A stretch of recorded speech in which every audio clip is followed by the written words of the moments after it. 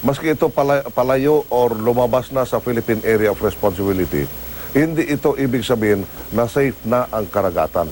Dahil linya lang ito ng Philippine Area of Responsibility na sinasabi.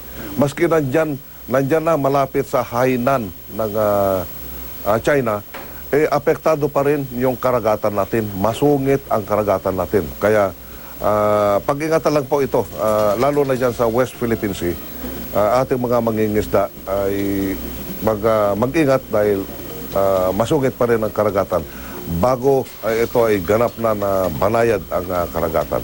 So sa ngayon, latest count natin, ito ang nakakalungkot, 325 ang patay at dumadami pa ito dahil marami pa itong missing na ngayon lang inireport dahil sa kakulangan ng komunikasyon.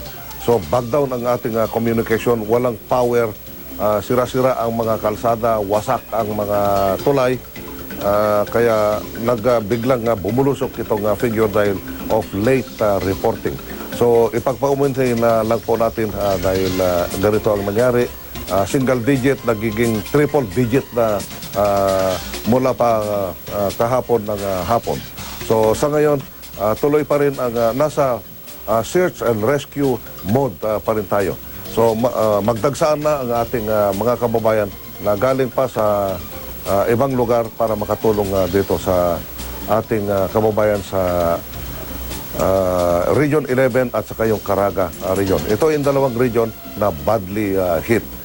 Gusto ko lang ipaalam na si Secretary Tolentino, Chairman Tolentino ng MMDA, marami siyang grupo na patuloy, nag-umpisa sila kahapon hanggang ngayon para makakuha ng sasakyan, makarating doon.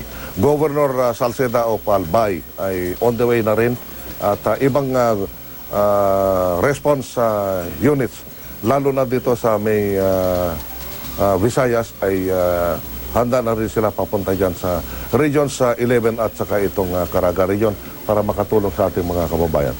At yung mga kababayan natin na meron din ginintuan na puso.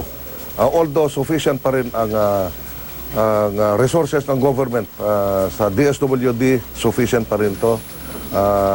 In the spirit of bayanihan, basta ganito na may sakuna, ipakita natin na we are one as a people and as a nation. So, ulitin ko lang po sa ating mga kababayan, kung saan natin ibigay ang ating mga donasyon, ay isa lang po ang yung one-stop shop na sistema natin dito ay ibigay sa DSWD. Sila ang mga magmaneho nito at lahat ng ahensya ng gobyerno ay nakaumang dito sa DSWD para tulungan. Kagaya ng kung kailangan nila yung 6x6 Army, ang daming 6x6. Nakaumang din ang helicopters ng Philippine Air Force na nandyan ngayon sa Region 11 para mag-distribute ng mga pagkain, lalo na doon sa isolated areas kagaya ng Boston, Katiil, Baganga, ay hindi maabot ng sasakyan nito dahil sira-sira. Yung Philippine Coast Guard natin, Philippine Navy, ay nakaready rin po yung mga donasyon na galing sa Manila. Mag-schedule kami ng malaking barko ito, yung cargo vessel, para umabot doon sa nasalantang lugar sa Mindanao.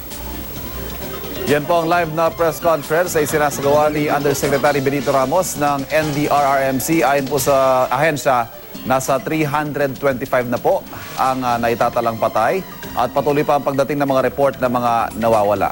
Patuloy namang pahirapan ang pag-abot sa mga naapektuhan, pero siniguro ng NDRRMC na nasa search and rescue mode pa rin po ang mga kawani ng gobyerno.